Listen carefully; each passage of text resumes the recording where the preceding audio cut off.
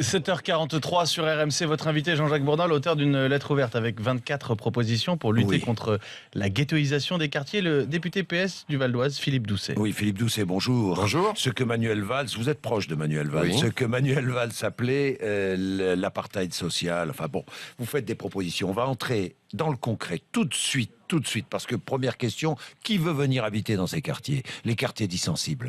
De moins en moins de monde. Et ceux qui y habitent ne peuvent pas en sortir. Ou dès qu'ils peuvent, ils en sortent. Ou dès qu'ils peuvent, ils en sortent. Oui. Donc que faire déjà pour lutter contre ça? Eh bien, se dire que déjà, c'est un sujet central. Oui. Il faut, le 11 janvier, il y a un avant et un après. Et dedans, on doit mettre en place sur tout le territoire l'égalité réelle. Il y a une vraie fracture territoriale dans ce pays. Et donc, les fractures territoriales... Comment fait-on? On s'attaque... Le constat, on l'a. La fiscalité. Pourquoi, dans votre ville... Une école dans votre ville coûte le même montant à construire qu'Argenteuil, par exemple. Une école, c'est 10 millions d'euros. Oui. Bien. Eh bien, pourquoi votre richesse, la richesse de votre ville, est certainement supérieure à celle de la ville d'Argenteuil? L'État donne le même montant au maire de votre commune qu'au maire d'Argenteuil. C'est-à-dire que l'État doit moins doter les communes riches et plus les communes pauvres. Parce que du coup... Pour les communes pauvres, il fait un petit chèque, ça s'appelle la dotation de solidarité urbaine, et donc il fait un petit chèque, un petit chèque pour les pauvres. Mais ce n'est pas à la hauteur des enjeux. Donc aujourd'hui, vous êtes quelqu'un de la classe moyenne dans une ville populaire, vous avez intérêt à partir pour rejoindre une ville où il y a des classes moyennes. Et donc l'État, fiscalement, organise la ghettoisation. Donc il faut arrêter, il faut inverser. Pourquoi la ville de Neuilly, l'État donne autant à la ville de Neuilly par habitant à la ville d'Argenteuil? C'est pas possible de continuer comme ça. Première mesure, on arrête, on change la fiscalité locale et on change la dotation de l'État aux collectivités. Bon, est-ce que vous êtes partisan de l'instauration de quotas maximum de population d'origine immigrée dans les HLM? Oui, parce que derrière, les gens nous le demandent. Donc statistiques ethniques. Aujourd'hui, quand on fait des affectations de logement, on connaît les richesses des gens, la composition sociale. Il m'est arrivé, moi, dans un certain nombre de bâtiments, par exemple, d'arrêter de mettre des enfants. Pourquoi? Parce qu'il y avait des problèmes de voisinage dans des vieux bâtiments avec des résidences. Le jour où vous dites « je mets moins d'enfants », pour éviter des problèmes de voisinage, les choses se détendent. Les gens sont demandeurs de mixité. Est-ce que dans votre immeuble, tout le monde, vous voulez qu'il y ait que des Jean-Jacques Bourdin dans votre bâtiment? Non. Bien sûr. Tout le monde a envie d'avoir du mélange. Voilà, des jeunes, des vieux, toutes les couleurs, etc. Il y a cette demande-là. Les gens vivent ça comme du mépris. On limite le nombre de populations d'origine immigrée dans les parce HLM. que dans les populations d'immigrés, vous pouvez avoir toutes les origines. Voilà, ça se mélange. On mélange. On mélange les âges, les origines, les compositions sociales. Une vraie mixité. C'est une demande. Est-ce que le gouvernement va l'annoncer, ça? Je ne crois pas. Vous êtes informé. Je ne crois pas. Non, je ne suis pas informé, Philippe Doucet. mais en attendant, de toute façon, pourquoi? Parce qu'il y a des résistances partout. Quand je propose le busing sur le le busing, GIC... Alors, expliquez ce qu'est le busing, c'est très simple. Hein. Le busing, ça vient des États-Unis. C'est-à-dire que quand il y avait, pour emmener des enfants noirs dans des écoles de blancs, eh bien, ils ont mis des bus. Bien. Donc aujourd'hui, on se dit, on veut faire casser les ghettos en termes urbains, ça va prendre 30 ans. Mettre un bus pour emmener 30 enfants d'un quartier populaire dans une école bourgeoise, ça prend pas 30 ans, ça prend 3 mois. Bien. Et on l'a fait sur Argenteuil. Par le hasard, c'est pas par le bus, c'est par le train. Donc quand on emmène 200 collégiens de la ville de Cormeilles-en-Parisis dans le lycée Julie-Victoire d'Aubier et que vous faites de la mixité sociale dans ce lycée, le lycée aujourd'hui qui est un lycée poubelle avant dont personne ne voulait aller, tout le monde s'entretue pour y aller parce que le lycée, il est lancé dans une dynamique positive avec d'excellents résultats.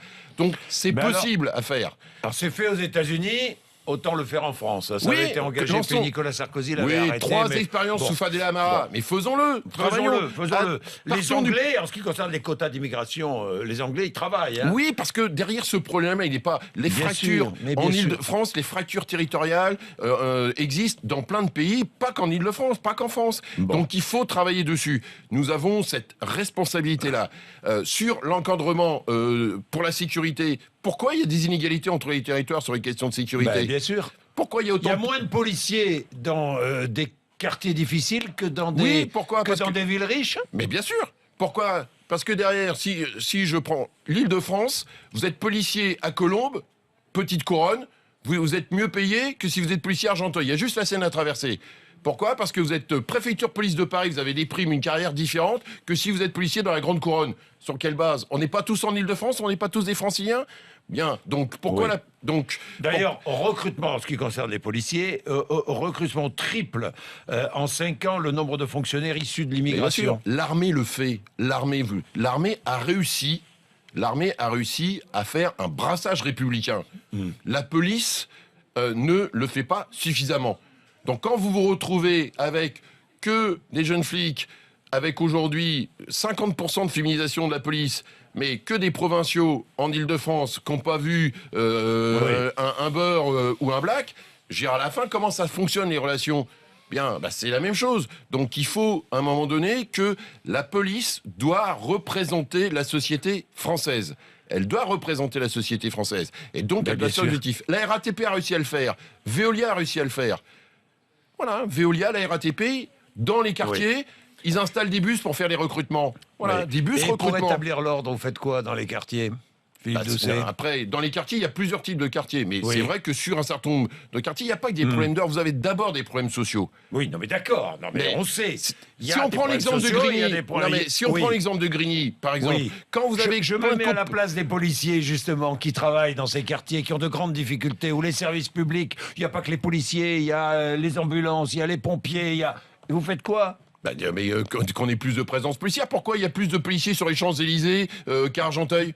Pourquoi je quitte Argenteuil, je vois pas un policier, j'arrive à l'Assemblée nationale, il y en a un tous les 3 mètres. Je pense qu'à l'Assemblée nationale, s'il y avait un policier tous les 8 mètres, on devrait survivre. Oui, ça c'est sûr. C'est sûr. Voilà. Donc on devrait survivre. Donc il y a plein de policiers sur les Champs-Élysées, très bien pour nos touristes japonais, on est absolument ravis, mais on a besoin de policiers. Donc pourquoi? Parce que mais tranquillement, sereinement. Si j'ai demandé que la police déambule à pied, c'est pas compliqué de déambuler à pied, tranquillement, sereinement. Il y a besoin de voir ce qu'on appelle voir du bleu. Voilà, on voit du bleu, on discute. On a des carrières de fonctionnaires, de policiers sur le terrain, et ils échangent, et ils construisent une relation avec les citoyens. Eh bien, merci à vous. Doucet, merci. Et tout à l'heure, je recevrai un autre maire, le maire de Sevran, que vous connaissez bien. Très bien, mais il va vous le dire sur la sécurité. Qui travaille sur ces questions-là. Voilà. Quand il a amené à demander l'armée, ça montre bien l'échec de l'État dans cette affaire-là. Il avait demandé l'armée. Oui, pourquoi? Parce que finalement, il voudrait avoir des policiers. Voilà, il veut avoir de la police. Bon, vous êtes député socialiste, à vous de pousser le gouvernement. C'est pour ça qu'on sort ces propositions. Bon, 8h moins 10, merci, vous êtes sur